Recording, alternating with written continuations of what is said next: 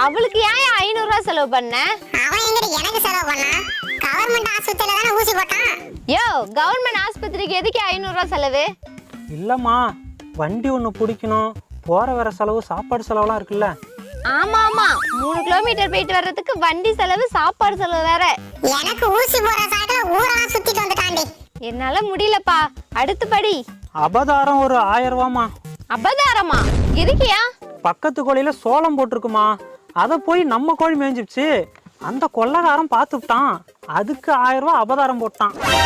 கோழி பக்கத்து கொல்லைக்கு போற வரைக்கும் நீ என்ன பண்ணிட்டு இருந்த?